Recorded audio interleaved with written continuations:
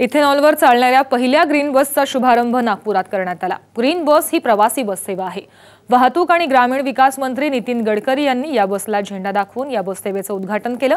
देशातली पहिली ग्रीन बस सुरू होण्याचा मान यामुळे नागपूरला मिळालाय।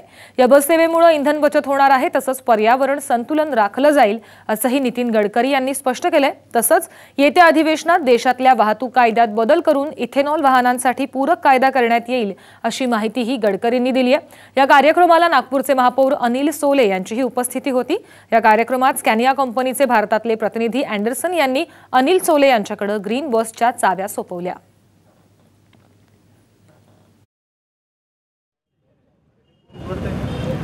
आपल्या देशातली पहिली ग्रीन बस आज नागपुरात सुरू होते आहे। आपण 6 लाख कोटी रुपयाचं पेट्रोल, डिझेल, गॅस आयात करतो। आता आपला देशातला शेतकरी इथेनॉल बनवतो। कचऱ्यापासून, बायोमासपासून, मोलॅसेसपासून गावागावात आपण इथेनॉल बनवू शकू आणि इथेनॉलवर आलं तर आपलं इम्पोर्ट वाचेल।